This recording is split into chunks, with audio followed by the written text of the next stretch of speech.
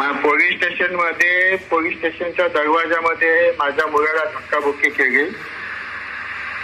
माझ्या जागेचा या लोकांनी जबरदस्ती कब्जा घेतला आणि एकनाथ शिंदे हे महाराष्ट्रामध्ये गुन्हेगारांचं राज्य घडवण्याचा प्रयत्न करत आहे. एकनाथ शिंदे मुख्यमंत्री असले तर महाराष्ट्रभर फक्त गुन्हेगारच पैदा होते. आमच्यासारख्या चांगल्या माणसाला एकनाथ शिंदेनी गुन्हेगार आज बनवलेला आहे आणि म्हणून त्या सर्व म्हणजे मला मनस्ताप झाला आणि म्हणून मी फायरिंग केली. हो, स्वतः झाडगी गोळी मी. मला काही पश्चाताप नाही, कारण माझ्या मुलांना जर पोलिसांच्या समोर जर मारत असतील पोलीस स्टेशन मध्ये तर मग मी काय करणार. पोलिसांनी डेअरिंग करून पकडलं मला. पोलिसांची डेअरिंगमुळे तो वाचला. पोलिसांनी केला, त्यांच्या डेअरिंगमुळे तो वाचला. जीवे मारणार नव्हतो, पण जर माझ्यावरती कोणी असं करत असेल पोलिसांच्या समोर तर माझ्या आत्मसंरक्षणासाठी मला हे करणं गरजेचं आहे. आणि एकनाथ शिंदे साहेब असेच गुन्हेगार सर्व महाराष्ट्रभर पाडून ठेवलेले आहेत आणि एकनाथ शिंदेने दुसऱ्यांचं आयुष्य खराब करायला घेतलेलं आहे. मी वरिष्ठांना बऱ्याच वेळा सांगितलं होतं का हे लोक माझं वारंवार इन्सल्ट करतात.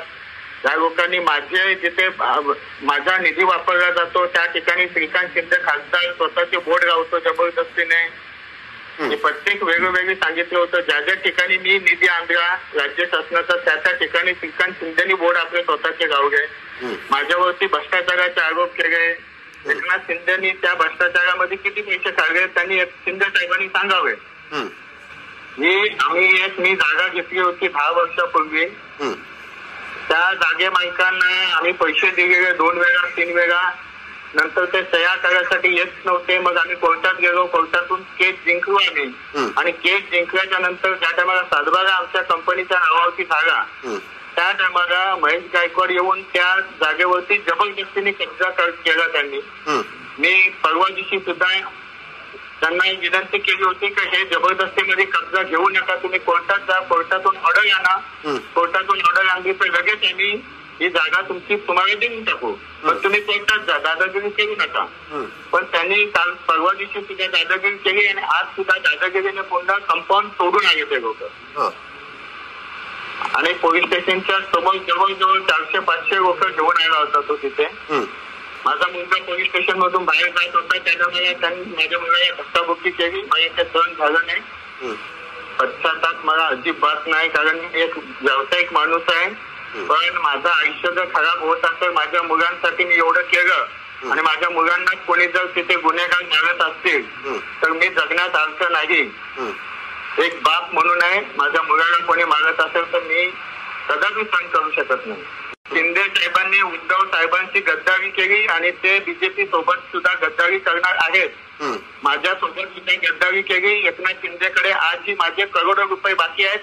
शिंदे साहेब अगर देवाला मानत असेल त्यांनी शपथ खाऊन सांगायची की गणपत गायकवाडचे किती पैसे बाकी आहेत आणि ते गणपत गायकवाडचे एवढे पैसे खाऊन सुद्धा तो शेवटी गणपत गायकवाडच्या विरुद्धच काम करतोय. पुढे कोर्टाचा निर्णय असेल तो मला मान्य आहे, पण महाराष्ट्रामध्ये अशी गुन्हेगारी बंद करायची असेल तर एकनाथ शिंदेचा राजीनामा घेतला पाहिजे असं माझं वैयक्तिक मत आहे. पक्षश्रेष्ठी आता जे निर्णय घ्यायचा ते घेतील, पण माझा निर्णय असा आहे की एकनाथ शिंदेनी महाराष्ट्रामध्ये गुन्हेगारी घडवून महाराष्ट्राची वाट लावायला घेतलेली आहे. महाराष्ट्रामध्ये जर चांगलं ठेवायचं असेल तर एकनाथ शिंदेचा राजीनामा घेतला पाहिजे. हीच माझी विनंती आहे देवेंद्र भाऊंना पण आणि मोदी साहेबांना पण. मी आमच्या पक्षाच्या मिटिंगमध्ये वेगवेगळी सांगितलं होतं का माझा जिथे जिथे फंड लावला जातो, अहो साधं मी लायब्ररी बनवली होती वालजुनीमध्ये, त्या लायब्ररीचं उद्घाटन सुद्धा झालं नाही आणि त्या ठिकाणी पेंटिंग करून श्रीकांत शिंदेने आपलं स्वतःचं बोर्ड लावलेलं आहे. म्हणजे किती खालच्या जगाला जाऊन ते लोक काम करतात. बीजेपीला संपवण्याचं काम ते लोक करत आहेत. माझ्या जनतेला माहिती आहे मी गुन्हेगार नाही. मी आत्मसंरक्षणासाठी मी फायरिंग केलेली आहे हे माझ्या जनतेला माहिती आहे आणि जनता मला चांगल्या प्रकारे ओळखते. त्याच्यामुळे जनता माझ्यावरती विश्वास आहे आणि पुढेही राहील.